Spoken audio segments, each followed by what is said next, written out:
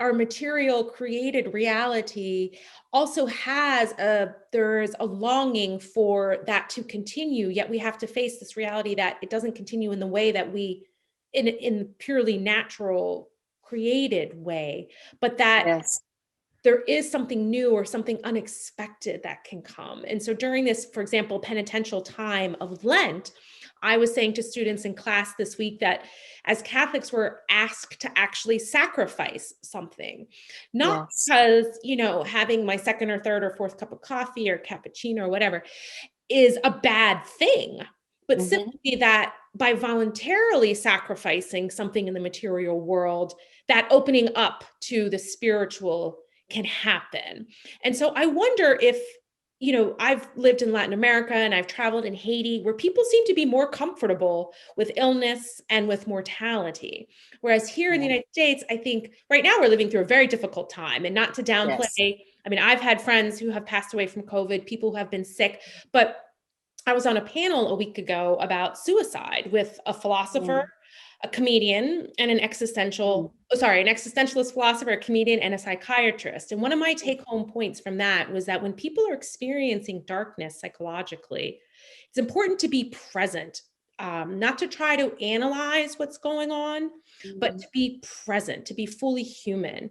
And so I Mm. wonder, when people visit monasteries, as I Mm. have with my students, even without knowing all of this scaffolding we've done about the Benedictine way of life, Mm. how is it that people come to visit these monasteries and feel that they can enter into this way of life? And what have you found in all of your years about people like myself who come visit the monasteries? What are they looking Mm. for when they visit? And how does this charism, this beautiful way of life that you have, spread to your visitors? Well, I think, sometimes we've found that people who come to live at the monastery and our new interns, what happens to them is not what they expected. And we've often found, because many, many women come to the Abbey it's time away from their families and away from, what they have to do every day. Women are usually the last ones to take care of themselves. So they can come and have time apart. It's their contemplative time. And often people will cry and they say, I don't know why I'm crying. And it's because I think it gives them a chance out of the rat race of everything they have to do and carry daily. And it's the same with professionals. You can't be too vulnerable in your profession. You have to keep a certain persona within your professional life.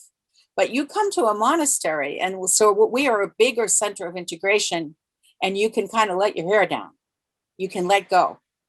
And also, I think because of the grill, because of the enclosure, I think people feel safe.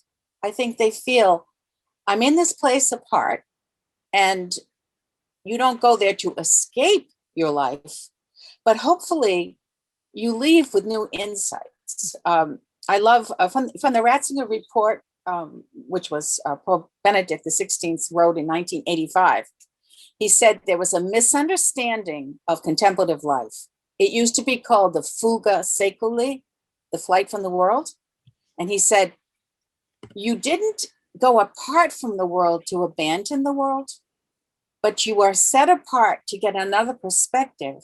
And the monasteries tried out new models of civilization to give back to the world.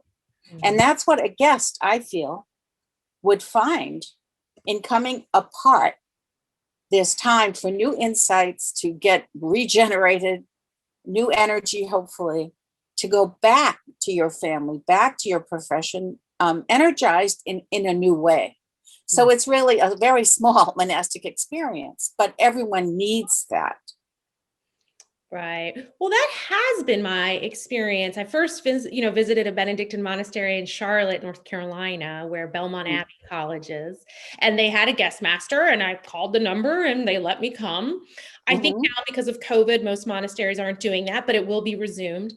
And when I took Mm. students to Regina Laudis, what they actually experienced was this integration that you talked about. Now, as Mhm. I mentioned, you had us working with chainsaws and getting really dirty. And I tried to pet the llama and they told me to get away because it might kick me, but I did pet the sheep. Mm, and I saw the chickens, and it did mm. feel like a time apart from my daily routines.